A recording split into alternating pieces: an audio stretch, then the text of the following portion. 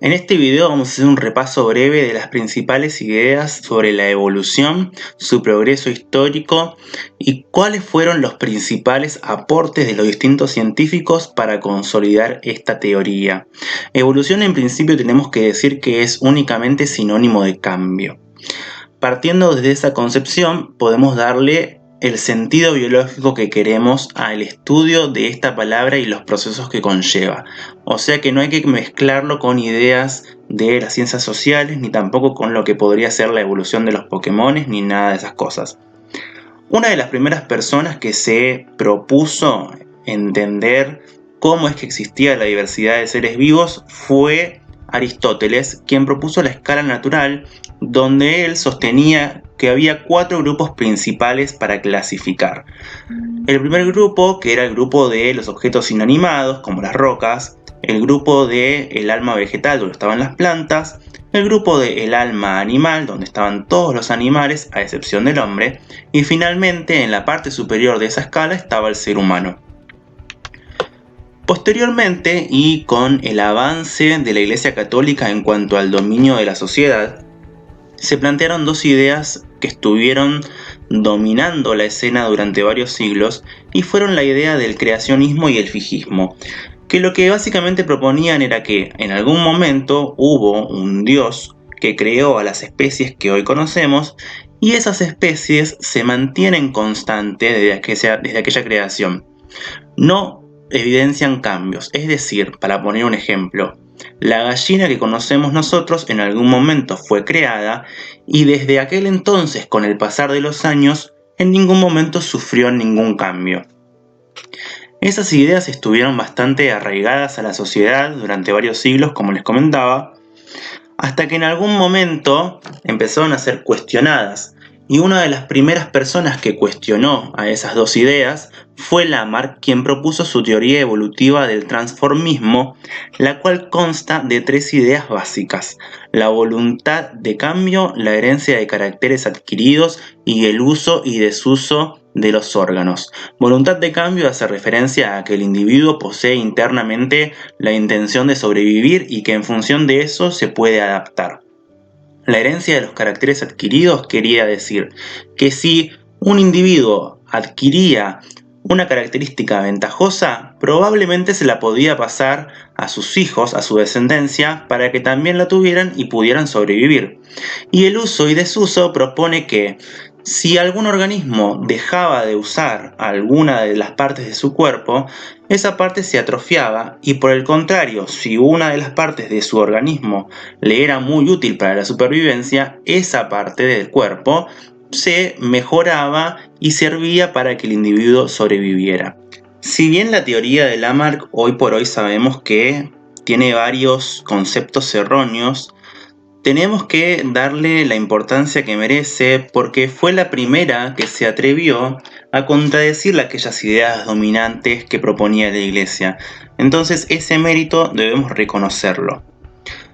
Sumado a estos cuestionamientos que en algún momento inició Lamarck, apareció Lyell, un científico que se encargó de estudiar las características geológicas del planeta, y el aporte que él hizo, muy importante, llevaba a contradecir la idea de que la Tierra, que el planeta Tierra, era joven. ¿Qué sucede? Anteriormente se decía que el planeta Tierra tenía una antigüedad que era bastante reciente, pero con el avance del estudio de los fósiles, Lyell pudo concluir que para que esa materia orgánica, para que ese ser vivo que en algún momento se desarrolló y vivió sobre la Tierra y posteriormente murió, para que sus restos se puedan conservar, tuvo que haber pasado mucho más tiempo de lo que se creía que era la antigüedad real del planeta. Importante a tener en cuenta que frente a estas ideas innovadoras que propuso Lyell, que propuso Lamarck, quien se manifestó en contra fue Cuvier. Cuvier, que si bien era un estudioso de las ciencias naturales, no estaba del todo convencido de estas ideas de que la Tierra fuese cambiante y de que las especies cambiaran. Entonces él propone la idea del catastrofismo, que básicamente lo que dice es que las especies que en algún momento se extinguieron, y por eso la existencia de sus fósiles, en realidad sufrieron las consecuencias de alguna catástrofe natural que impidieron que sobrevivan y por ende todos los individuos que integraban esa especie se murieron y la especie se extinguió.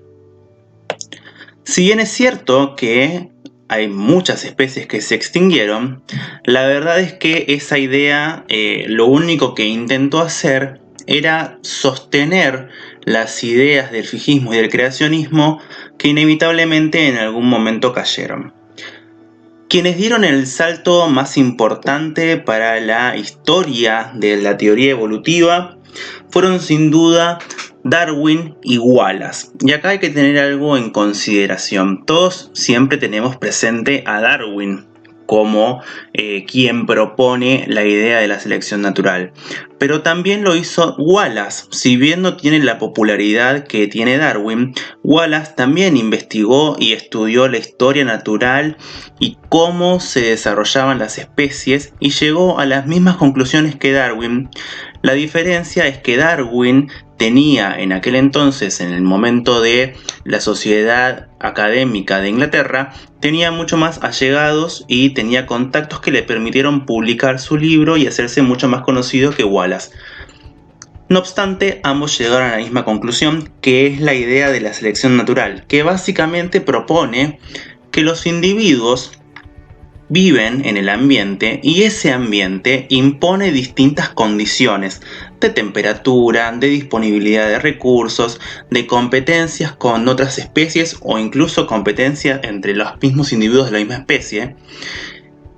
Y en la sumatoria de todas esas condiciones, los individuos son capaces de sobrevivir o no. Si sobreviven, se adaptan y de tal manera la especie se perpetúa en el tiempo.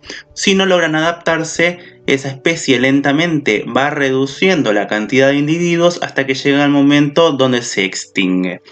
Esa es la idea principal de la selección natural. Con el paso del tiempo y el avance de la ciencia, se desarrolló una rama súper importante que es la genética, que tiene sus bases en los estudios de Gregor Mendel respecto de la herencia.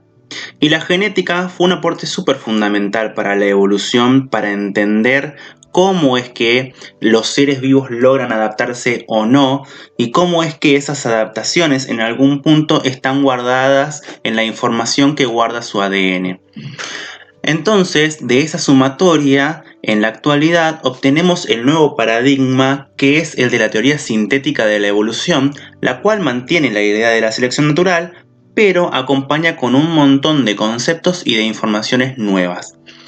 También para proponer otros eventos de especiación y de divergencia evolutiva, hay nuevos paradigmas, nuevas posiciones como pueden ser los equilibrios puntuados, que son simplemente otra forma de analizar de qué manera las especies como las conocemos nosotros se originan y cómo es que la evolución opera también en la actualidad. Porque a veces tenemos la idea de que la evolución simplemente sucedió en el pasado y en realidad tenemos que tener presente que la evolución es un proceso que si bien es lento, nunca se termina.